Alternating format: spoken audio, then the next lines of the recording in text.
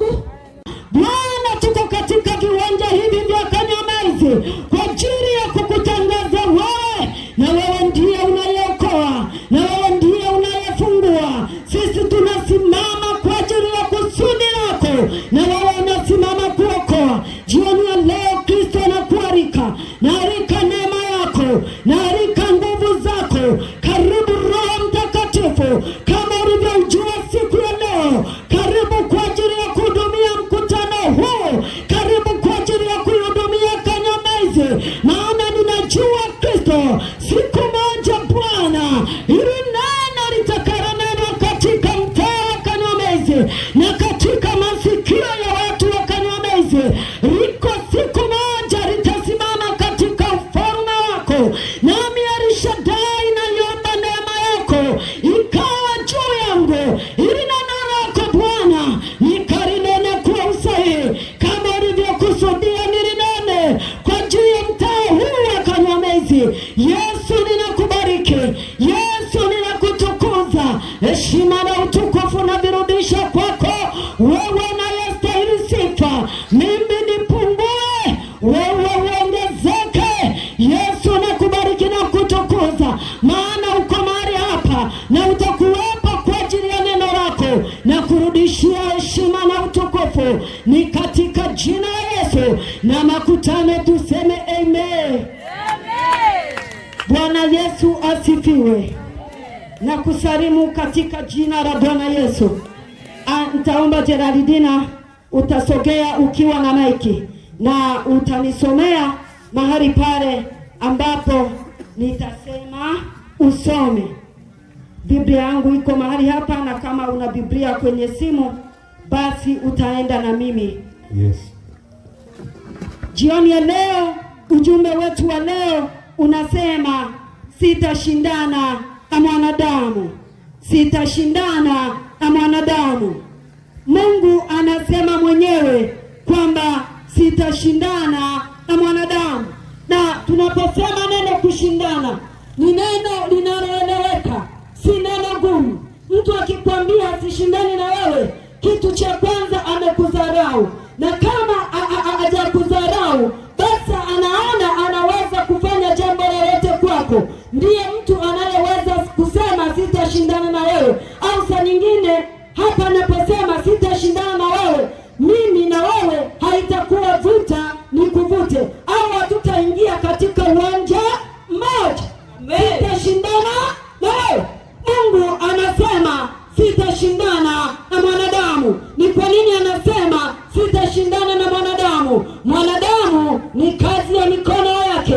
Mwanadamu alimuumba mwenyewe, ndio maana akasema sitashindana na mwanadamu. Na msomaji utaenda kunisomea katika kile kitabu cha Mwanzo, ile sura ya 1 mpaka mstari wa 7. Karibu na Mungu akubariki. Neno la Mungu linasema, hapo mwanzo Mungu aliziumba mbingu na nchi. Neno la Mungu linasema hapo mwanzo Mungu aliziumba mbingu na nchi. Nayo nchi ilikuwa ukiwa tena utupu. Nayo nchi ilikuwa ukiwa tena utupu. Na giza lilikuwa juu ya uso wa vilindi vya maji. Na giza lilikuwa juu ya uso wa vilindi vya maji. Roho ya Mungu ikatulia juu ya uso wa maji. Roho ya Mungu ikatulia juu ya uso wa maji. Mungu akasema, iwe nuru, ikawa nuru. Mungu Bwana Yesu asifiwe. Amen. Umesoma, unisomee Mwanzo 6 mstari wa 1. Mwanzo 6 mstari wa 1. Neno la Mungu linasema, ikawa wanadamu walipoanza kuzidi usoni pa nchi, ikawa wanadamu walipoanza kuzidi usoni pa nchi, na wana wa kike walizaliwa kwao. Na wana wa kike walizaliwa kwao. Wana wa Mungu waliwaona hao binti za wanadamu ya kuwa ni wazuri. Wana wa Mungu waliwaona kwamba hao binti za wanadamu ni wazuri. Wakajitwalia wake wowote waliowachagua. Wakajitwalia wake wowote waliowachagua. Bwana akasema, roho yangu haitashindana na wanadamu milele. Roho yangu haitashindana na mwanadamu milele. Kwa kuwa yeye naye ni nyama. Kwa kuwa yeye naye ni nyama. Basi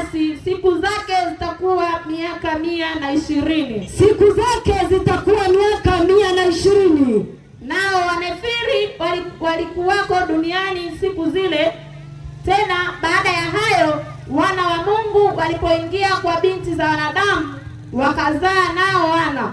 Hao ndio waliokuwa watu hodari zamani, watu wenye sifa.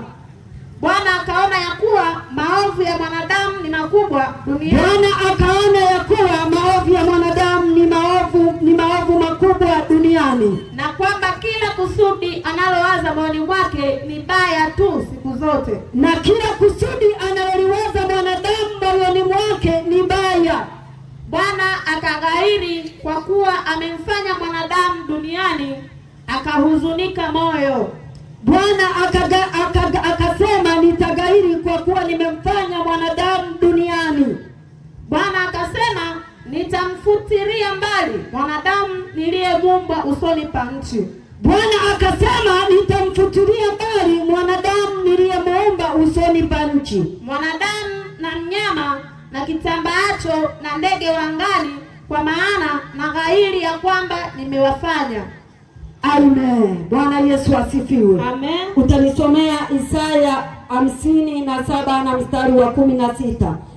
Isaya 57 na mstari wa 16.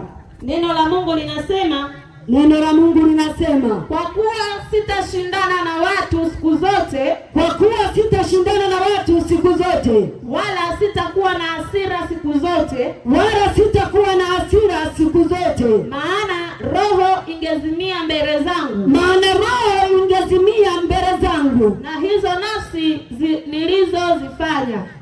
nafsi nilizozifanya, kwa sababu ya uovu wa kutamani kwake naliona hasira. Kwa sababu ya uovu wa kutamani kwake naliona hasira. Nikampiga. Nalificha uso wangu. Nikaona adhabu.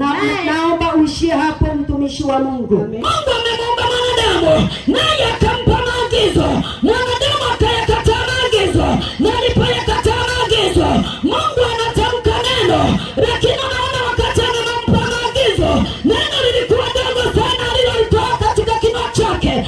Akamwambia mwanadamu, miti ya matunda yote waweza kula, lakini mti wa mema na mabaya utakapokula. Lilikuwa ni neno dogo sana ambalo linatugharimu mpaka leo, ambalo linaleta msiba mpaka leo, linaleta vilio, linaleta vizio kila nyumba. Hakuna mtu ambaye atawahi kukutana na msiba, lakini neno hili lilikuwa ni dogo. Lilipotoka katika kinywa cha Mungu, Bwana Mungu aliposema, hakika utakufa, mwanadamu wakati analisikia, lilikuwa ni neno dogo, halikuwa na ukubwa, halikuwa na uzito, lakini Mungu akisema, Mungu anasema, haijalishi lina nukta mbili, haijalishi lina nukta tatu, Mungu akisema, neno lake lazima litimie, neno lake lazima lithibitike. Haleluya, haleluya, haleluya. Amen. Bwana Yesu asifiwe. Amen. Sasa akasema, huyu mwanadamu anayeishi machoni pa nchi, lazima miaka yake ni pruni. Ukiangalia kuanzia hapo, Mungu alianza kuipunguza miaka ya mwanadamu. Mungu alianza kumpuruni, lakini pamoja na kumpuruni, mwanadamu hakubadilika, mwanadamu hakuwa na badiliko. Mungu akasema, hapana, lazima kizazi hichi, lazima nikifutilie mbali. Ukisoma ile mistari ya chini, Biblia inaniambia Bwana Mungu akasema, nitaghairi hata kama nilimfanya, hata kama nilimuumba, hata kama ni kwa sura yangu, hata kama ni kwa mfano wangu. Ni kweli nilimuumba, lakini nitaghairi, nitamfutilia mbali, mwanadamu huyu, maana hata nilipopunguza miaka yake, baada akikuwa kitu, uovu wake uliendelea. Na ukisoma katika Biblia, hapo Biblia inasema kwamba maovu ya mwanadamu ni makubwa mno,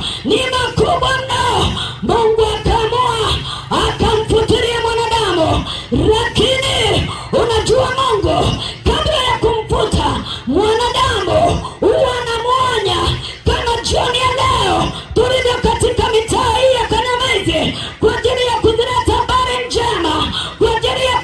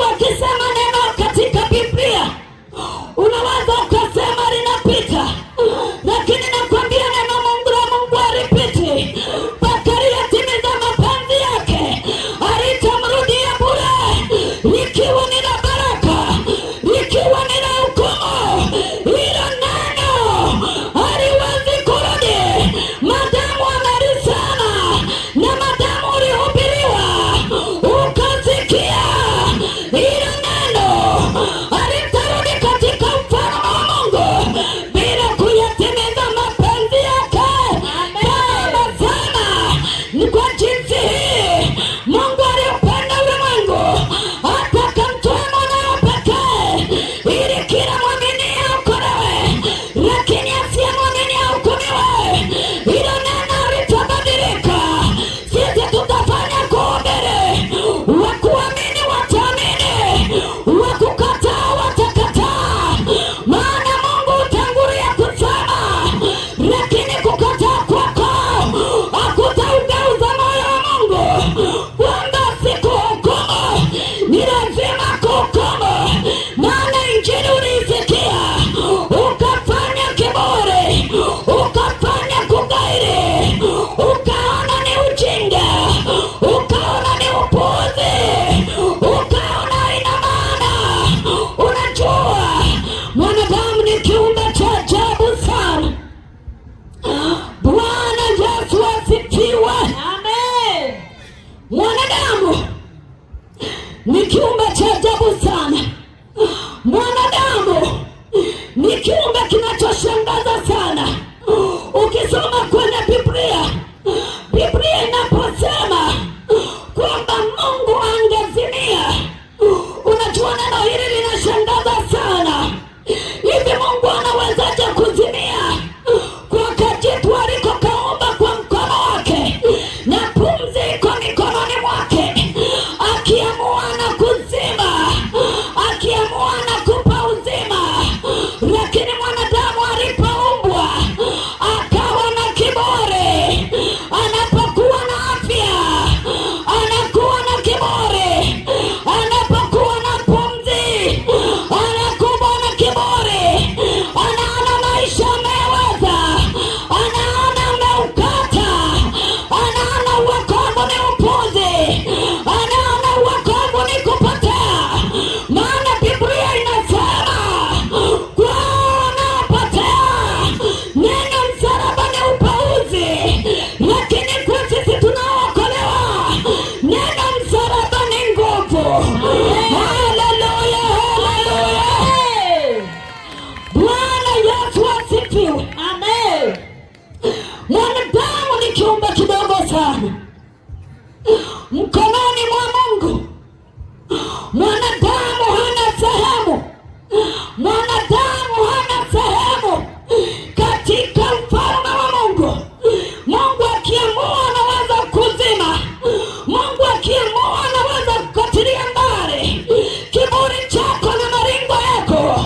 Ni kwa sababu ya pumzi ulionayo, ni kwa sababu ya uhai aliyokupa, ndio unaokupa kiburi, ndio unaokufanya uwe na majivuno, unakufanya uzalao, ujione wewe ni bingwa duniani.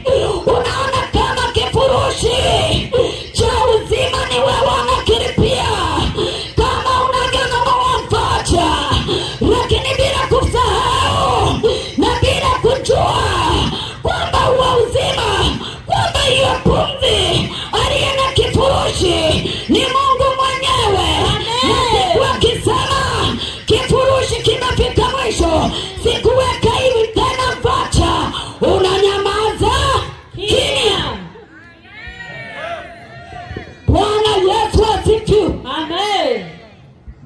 Unanyamaza kimya, na ukinyamaza kimya, unajua mwanadamu siku zote anapenda kujisaisha akiwa ameshakosea. Mwanadamu hapendi kusikia tazari. Unapomwambia hapa sio sahihi, anakwambia ni sahihi, hata kama ni moto, mpaka aweke mguu. Akiungua akawa na kidonda ndani, anapotaka kusema kumbe ni kweli, ni jambo ni sahihi. Hiyo ni kanuni ya mwanadamu, ndivyo alivyo. Unajua mwanadamu siku zote sio msikivu. Hata tukiona kwa Adamu na Eva, Biblia inasema Adamu alipewa agizo kwamba msile, lakini hakutaka kusikia. Kama jioni ya leo ninayoihubiri injili katika viwanja vya Kanemezi, yuko anayechungulia anasema ako ni kama na mama kako kanapiga porojo. Ngoja nikwambie, huu ni wakati wangu wa kupiga porojo, lakini na wewe ukiwa jehanamu utazipiga porojo, na porojo zako zinakuwa zina maana ni kilio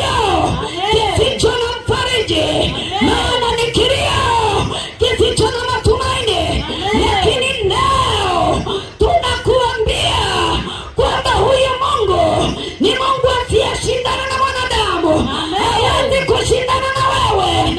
Anataka uchague kuokoka au uamue kukataa ili aje kuhukumu. Uone ni upuzi, maana hata wakati wa Nuhu ulikuwa ni upuzi. Kama jioni ya leo ninavyoonekana katika viwanja hivi, niko ninafanya upuzi, ndivyo ilivyoonekana hata wakati wa Nuhu. Mungu alipokuwa akisema kwa wanadamu wa kipindi kile, unajua Mungu hajaanza kusema sasa. Hata wakati wa Nuhu Mungu alisema kama leo tunavyosema. Nuhu alisimama alihubiri akasema, jamani, mvua itanyesha. Jamani, mvua itanyesha. Wanadamu wakasikia, wakasema huyo ni mpuzi, na wakasema tumpuze. Bwana Yesu asifiwe. Amen. Wakasema ni mpuzi, wakasema tumpuze. Kweli walimpuza, na walipompuza naye Mungu wapuzi huwa anawapuza. Bwana Yesu asifiwe. Amen. Ukimpuza Mungu naye anakupuza. Amen. Maana kama alisema nitakaili mwanadamu niliyemfanya nitamkatilia mbali. Unadhani tunapozihubiri habari za ufalme kwamba Yesu anaokoa, kwamba wokovu upo na Yesu alikuja duniani kukitafuta kilichopotea, maana wanadamu wote walipotea. Wewe unasema hapana, mimi nina dini yangu na mimi sitaki kusema habari za dini yako, wala mahali hapa sizungumzi dini, bali naongelea wokovu. Haleluya. Amen. Unajua Yesu wakati anakuja duniani dini zilikuwepo. Ukisoma Biblia vizuri, dini zilikuwepo na Yesu alizikuta, lakini Yesu alileta wokovu. Alileta wokovu. Unajua Yesu alikuwa ni Mungu mwenyewe, lakini na yeye mwenyewe aliposhuka duniani akasema hapana, ngoja niende kule kwa wanadamu, niende kuishi nao. Bado walipambana naye. Bwana Yesu asifiwe. Amen. Walimtafuta, walimsulubisha, walikikataa alichokisema, hawakumsikiliza, wakamkamata, wakaona ni mpuzi, wakaona ni mvurugaji, anakuja kuvuruga dini zao, anakuja kuvuruga ratiba za dini zao. Tena dini zao amezikuta, yeye amezaliwa, wanamuona ni mwana wa Mariamu, tena mtoto wa seremala. Wakasema huyu asije na mbwembwe, wakasema huyu asilete mbwembwe, huyu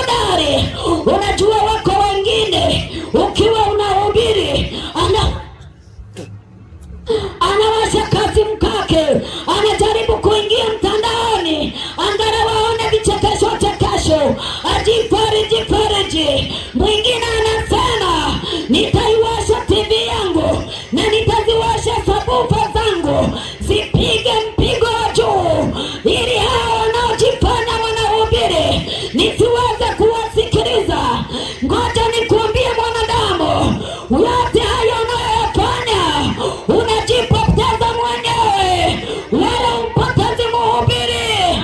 Maana mhubiri kazi yake yeye ni kuhubiri na kuyasema maneno ya uzima.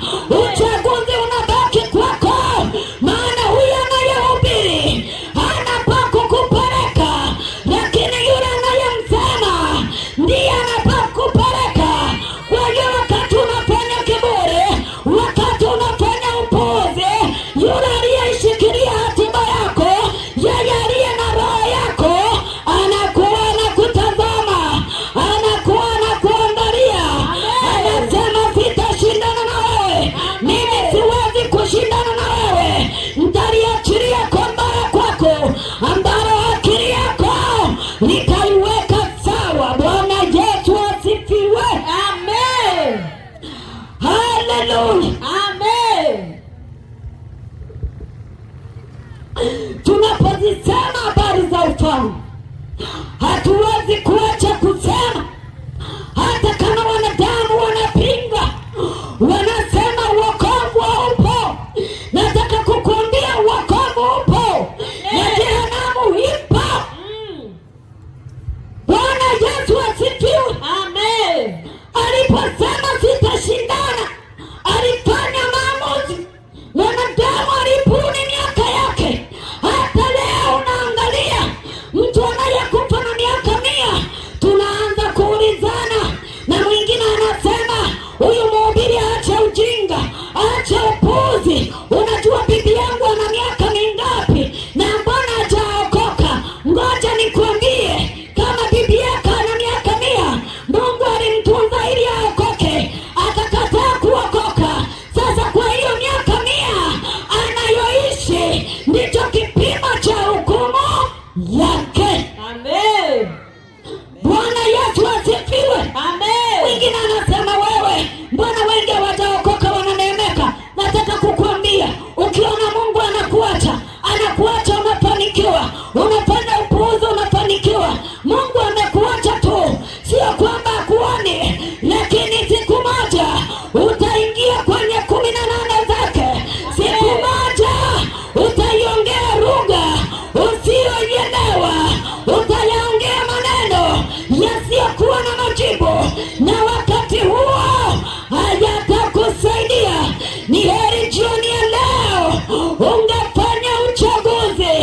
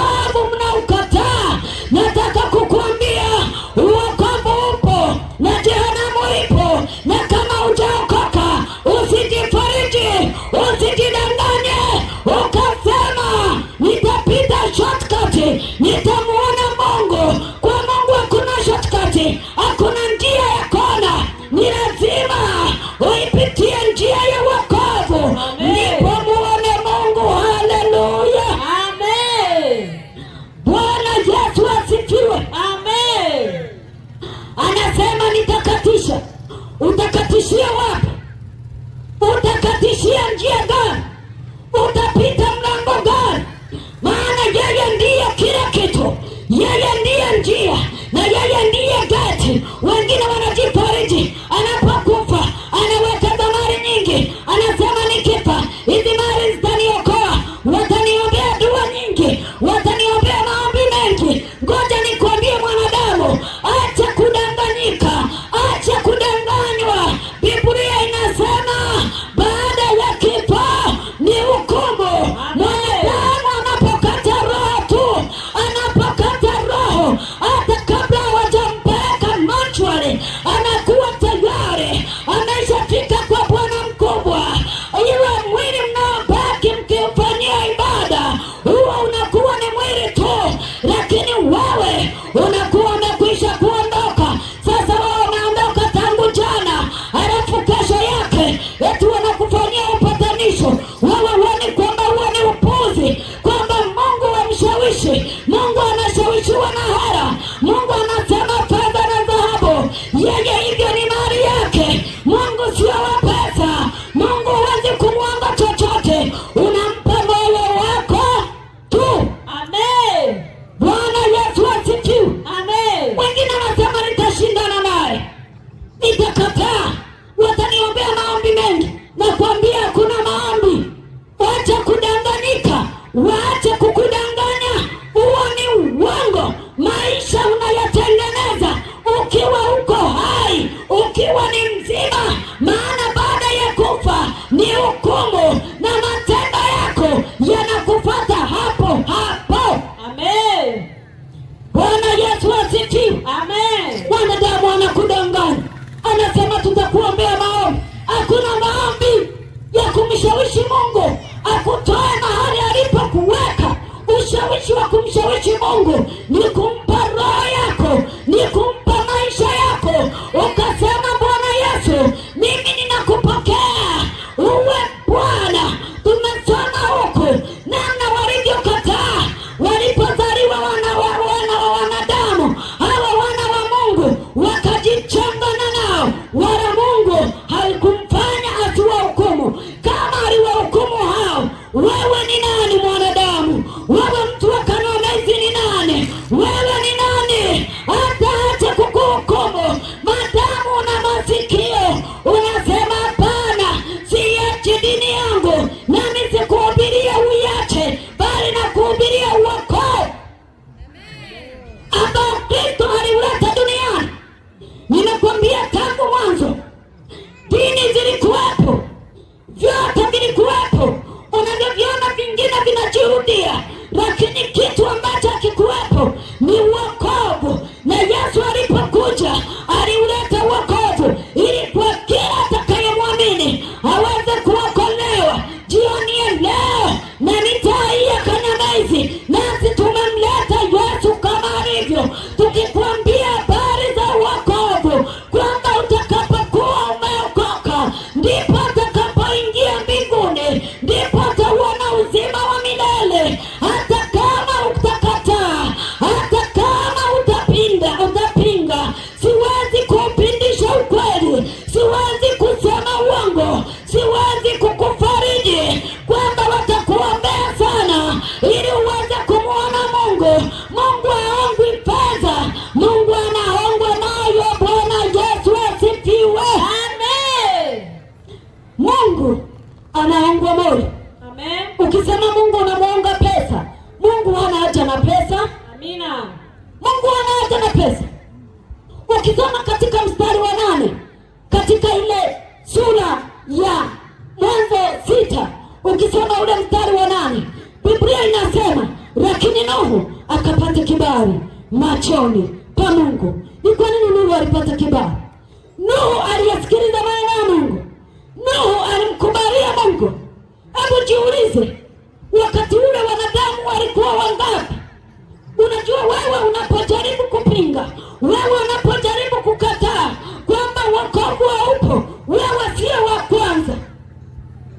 Hata wakati ule walipinga, kama safina waliingia familia ya Nuhu. Hivyo unataka kuniambia watu wote wakagharikishwa, watu walikuwa ni wachache, alafu niwe nahubiri ukatae kuokoka, niseme kwamba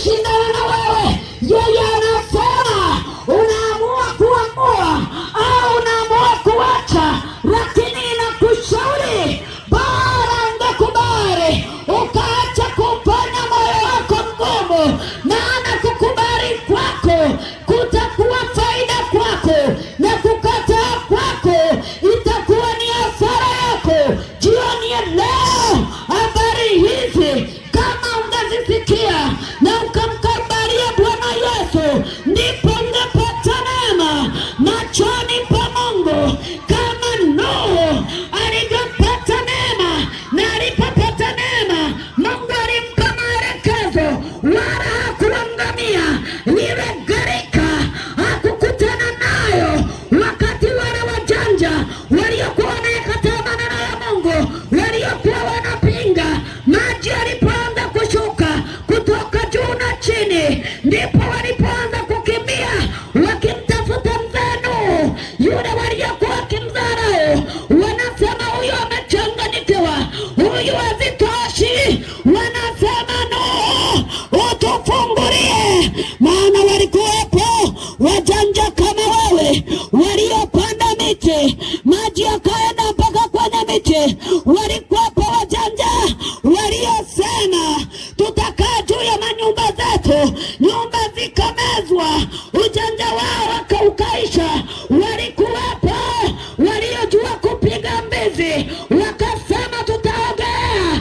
Waliogelea wakafika mwisho, maana huwezi kuogelea huku upati kichakula, huwezi kuogelea wakati una kituo. Na anayeogelea huwa anaogelea akiwa na kituo kwamba nitavuka. Wakati wa Nuhu walikuwepo wanaojua kuogelea, waliogelea lakini mwisho wakafa. Na wengine wajanja waliojua kuogelea wakamfuata mzee Nuhu kwenye safina, wakamgongea Nuhu, Nuhu, Nuhu, wakasema Nuhu, tufungulie rafiki yetu Nuhu. Sasa tunayaelewa maneno aliyokuwa unayosema. Huku nje tuko tunaangamia, mvua zinanyesha. Mzee Nuhu, tufungulie, rafiki yangu nifungulie. Wale waliokuwa wanamuita kichaa kipindi hicho kuwa na ukichaa walimuona na akili njema. Kama siku hiyo utakapokutana nayo utasema kale kadada, kale kadogo kadogo kale, kumbe kalikuwa na akili njema. Lakini wakati huo itakusaidia kama Nuhu ambavyo haikuwasaidia. Nuhu anawajibu, anawaambia mimi sina ufunguo, safina imekwisha kufungwa na ufunguo ameuchukua Mungu mwenyewe. Huku Nuhu huku akistarehe, humo ndani kuna chakula. Kipindi hicho waliangamia wote, lakini jioni ya leo Mungu asingetaka uangamie, Mungu asingetaka upotee. Ndio maana amekuja kuletea habari za Injili. Ndio maana amekuja kukukumbusha kwamba Mungu hatashindana na wewe, bali wewe utachagua kukubali. Mungu hatashindana,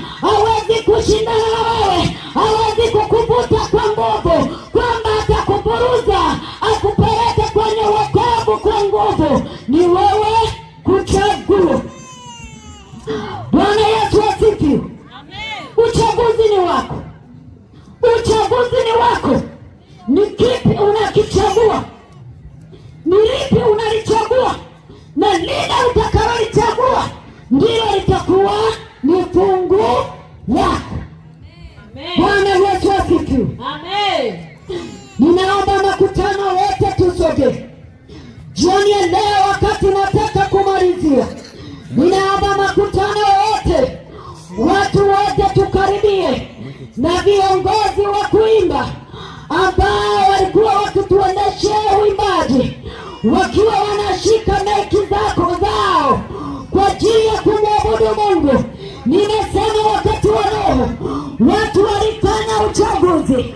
Wapo waliokataa uchaguzi, nao hawakulazimishwa kwamba tutakufunga, kwamba tunakutoa kwenye kijiji. Na wewe mtu wa Kanyamezi, ninatamani jioni ya leo kama kuna mtu mmoja ambaye atakuwa na akili kama Nuhu alivyokuwa na akili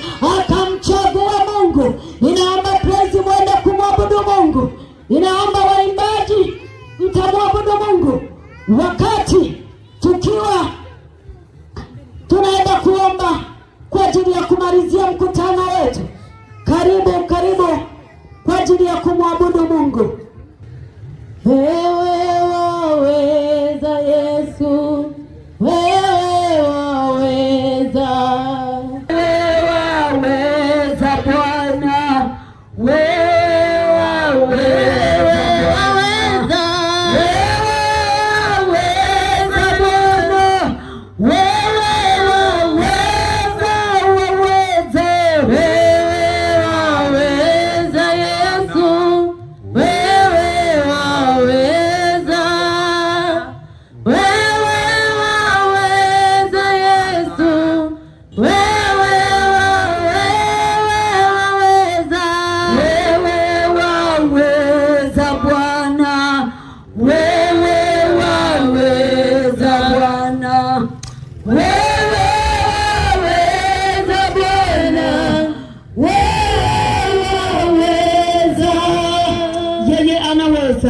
Jioni ya leo anaweza kukupa wokovu.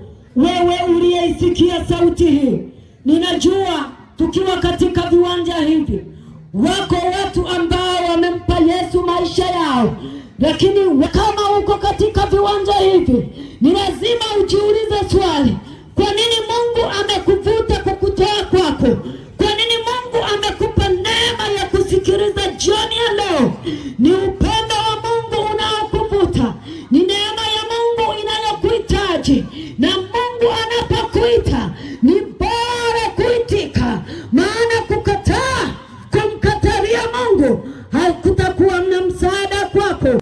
Ambao wameamua kufanya uchaguzi wa maana, wameamua kuchagua uchaguzi wa akili. Unajua, unapomchagua Yesu, unapouchagua wokovu, ni uchaguzi wa wenye akili. Unakuwa umechagua jambo la maana, unakuwa umechagua uchaguzi ulio bora kuliko vitu vyote ambavyo umewahi kuvichagua. Nitaomba mwinjilisti wetu Matata, utakuwa ukiwakaribia hao watu, na ninaomba mpe maiki mtumishi wa Mungu kwa ajili ya watu hawa ambao wamemkaribia Mungu. Asante dada, asante mama, asante wewe ambaye leo maisha yako umeamua kumpa Yesu. Huyu Yesu uliyempa maisha yako, huyu Yesu sio dhalimu, ni Mungu ambaye ameuona moyo wako tokea mbali. Wala wewe sio yeye uliyemchagua, bali yeye amekuona kabla hujamuona, ndio maana akakuleta katika viwanja hivi. Na jioni ya leo, kuanzia leo, Mungu anaenda kuachilia neema katika maisha yako. Anaenda kusimama na wewe mpaka siku ile atakapokuondoa katika dunia hii, na hatakuacha, ataendelea kukukiri. Tutaenda kuomba. Ninaomba wazee wa kanisa na viongozi, akiwapo mama yetu, mama mchungaji, tutakaribia mahali hapa kwa ajili ya kuombea watumishi hawa ambao jioni ya leo wamemkubali Mungu. Sisi tunaamini ni watumishi. Karibu mtumishi, utawaombesha watu hawa sala ya toba. Nitasema maneno haya uweze kurudia. Bwana Yesu, naja kwako. Mimi unataja jina lako. Mimi ni mwenye dhambi, ninaomba unisamehe dhambi zangu zote nilizozitenda. Unifute jina langu kwenye kitabu cha hukumu, uniweke jina langu kwenye kitabu cha uzima. Bwana Yesu, naja kwako, nasema asante kwa kuniokoa. Amina. Tuombe. Baba uliye mbinguni, jina lako nikiamini Baba, tasema ni masaa haya jioni tunaelekea kufunga mkutano. Baba, hawa ndio wanadamu ambao wamekiri mbele zako masaa haya. Baba, ninakushukuru na ukabidhi mikononi mwako, uweze kuwalinda na kuwatakasa kwa damu ya Yesu Kristo. Baba, wamepokea wokovu masaa haya. Baba, wadumu kwenye wokovu. Baba, wasitanie wokovu. Baba, wabariki wanawake hao, wamejitoa hadharani kabisa kwa kupenda kwao. maana unasema atakayekiri mbele ya hadharani, mbele za watu, nami nitalikiri jina lake. Baba, wapokee na uwarinde na uwatakase kwa damu ya Yesu Kristo. Ninafunga nguvu zote za shetani zikapate kushindwa katika jina la Yesu Kristo. Baba, wadumu milele. Baba, waueneze wokovu. Asante, wawe nuru na taa katika mitaa yao. Ninakushukuru Baba, nikiamini katika jina la Baba na la Mwana na la Roho Mtakatifu. Amina. Haleluya. Barikiwe sana. Ninaomba muwapokee, tumishi wa Mungu, ninaomba muwapokee hawa watu.